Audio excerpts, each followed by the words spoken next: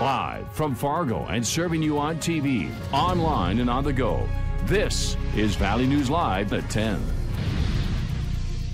The elimination of gray areas is going to be critical to making sure that all of our students are treated fairly and are free to learn in a nurturing environment. It was a packed house in Richland County tonight as parents and students gathered to learn how school board leaders plan to change the culture in the district after a sexual assault scandal rocked the community. It was clear from everyone in attendance that change was necessary after 5 students were charged with 10 felony counts after alleged hazing and sexual assault earlier this year. There was outrage in the community over the school handling of the situation, followed by an overhaul in school leadership, a new superintendent, a new principal among the changes. Valley News Team's education reporter Veronica Marshall shares their plans and has reactions from the community. Veronica? Tonight, the new leaders took turns sharing what they can do to turn around the district's reputation and rebuild the community's trust. That trust was eroded after 5 boys were referred to juvenile court following allegations of terrorizing, hazing, and sexual assault. In the wake of that scandal, the district's superintendent resigned, the school's principal retired, and the athletic director also left. Now, the new team of administrators say they have to rebuild those relationships. One way to do that is with a new partnership with Lutheran Social Services called Restorative Justice, which aims to create a respectful and healing response to crime and conflict. The district's 360 Review Task Force also announced its recommendations tonight. In order to address the district's problem with hazing and bullying, the group wanted explicit examples of offenses added to the district's policies, along with more training and accountability for staff. Training must be more diligent than it has been in the past. When it comes to the areas of student behavior, specifically the protocols that define reporting, investigation, and discipline of misconduct allegations. The training needs to include all of the district's certified and non-certified staff. The task force's chair says he doesn't know if these changes will stop students' behavior, but he hopes it will. He tells me kids have to know what's expected of them, and that won't happen without clear guidelines. A lively discussion was anticipated, but when the time came for questions and comments, the board was silent. And parents and community members who attended did not have an opportunity to comment on the task force recommendations. Mike? All right, thanks, Veronica. A current student tells us the confidence coming from the new administration is reassuring. It's nice to hear things will change. Meanwhile, staff say that tonight's speeches included some of the same old rhetoric that they've heard before, but they do have high hopes for the new team.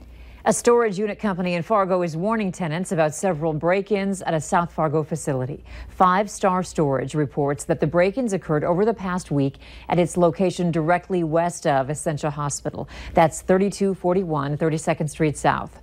5 Star adds that the storage spaces that were targeted have had inferior locks. These disc locks is what they're called, and you can get them at any hardware store. So these locks are designed to go on the latches of the storage unit so they're not so exposed and they're not easily cut off of the storage unit, so they are more secure. Another thing to consider is having tenant insurance. A person can get coverage for as low as $9 a month for up to $2,000 in coverage. A Minnesota man is facing 3 felony charges after prosecutors say he forced a 6-year-old boy to perform oral sex on him in a public restroom in Warroot. 18-year-old Dalton Keyser is facing 3 charges of criminal sexual conduct. Authorities say last Thursday a mother was waiting for her son to come out of the men's bathroom at the Warroad campground. She said when he came out, he was emotionally upset and told his mom that a man did disgusting things inside. Court records state that Keyser forced the boy to perform oral sex on him and then did the same to the child. Surveillance video shows Keyser standing outside the bathroom and then going after the boy.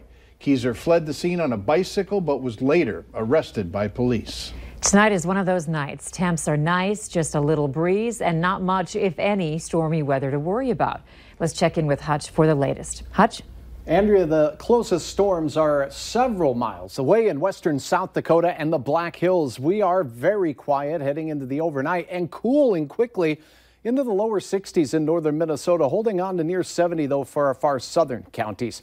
Overnight, we're going to see a little bit of a wind shift, although it'll be very light, and we cannot rule out a spotty sprinkle in our far southern counties while it rains pretty good out in the central Dakotas to start your Wednesday. Some of that rain we see out to the west will be making its way towards our area as we close our Wednesday. I'll have details on what you can expect coming up here in just a few more minutes. Okay, thanks, Hutch.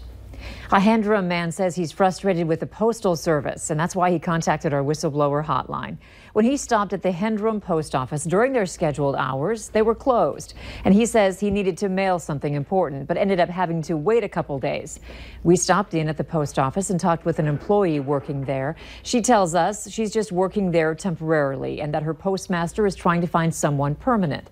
But Lemke says his beef isn't with the local office, it's with the way the Postal Service is run. We're trying to mail out a certified letter from my mother, and we weren't able to mail it out till 2 days later because the post office was closed. We talked with the USPS spokesperson, David Rupert, and he tells us the hours of post offices across the country reflect the number of people they serve. Rupert also says Lemke is right. The post office did open an hour later that day, but he says there was a good reason for it: staffing problems. The Cheyenne Street reconstruction project is in full swing in West Fargo. Mostly, we've been telling you how drivers are impacted. Today, homeowners close to Cheyenne Street and 13th Avenue got a dose of it too. Valley News Team's Katie Opperly went to the area to see why construction crews completely shut down a portion of Cheyenne Street, shutting out the people who live there. The 2-year project on Cheyenne Street is currently in phase 1 of 3, stretching from 13th Avenue West to Beaton Drive. This major project has a lot going on, but this morning there was one big thing out of the ordinary. Cheyenne Street is closed today from 13th Avenue to about 19th Avenue, and that's because they're paving. This caused issues for homeowners along Cheyenne Street. Earlier, residents were told they would still have access to their homes. Unfortunately, there was a miscommunication on the project side, getting that information to the flaggers that are there to control the traffic. Multiple residents said they were unable to get to their homes during this time. They also said they've been dealing with several inconveniences due to the construction. One homeowner said they had to deal with blocked driveways and mailboxes, water being shut off with little warning, and now the inability to even access their home. Everyone was really well informed except for those key flaggers. 2 hours and several phone calls later, the flaggers were made aware that residents should have access to their driveways. It's an unfortunate incident, and it truly was a miscommunication, and we apologize for it and hope that the future paves and any closures will go a little bit more smoothly. In West Fargo, Katie Opperly, Valley News Live. Melissa Richards says the city of West Fargo is communicating with residents in the construction area through letters. But for more updates, they have information on their website and social media pages. Richards also says residents are welcome to call or email with any questions they may have. They had the numbers, and there was no shortage of energy. Today, the YMCA sent their kids outside for a 2-hour fundraiser to help a fellow YMCA in South Dakota. With suds in their buckets and plenty of wet washcloths, these youngsters scrubbed away on not only cars whose drivers asked for a wash, but some vehicles sitting in the Wise parking lot, as well as themselves. As they asked for donations for afterwards, they hope to send that money to South Dakota. The check is in the mail for former and current Uber drivers who felt duped by the company. And see what Apple has up its sleeve as far as new emojis.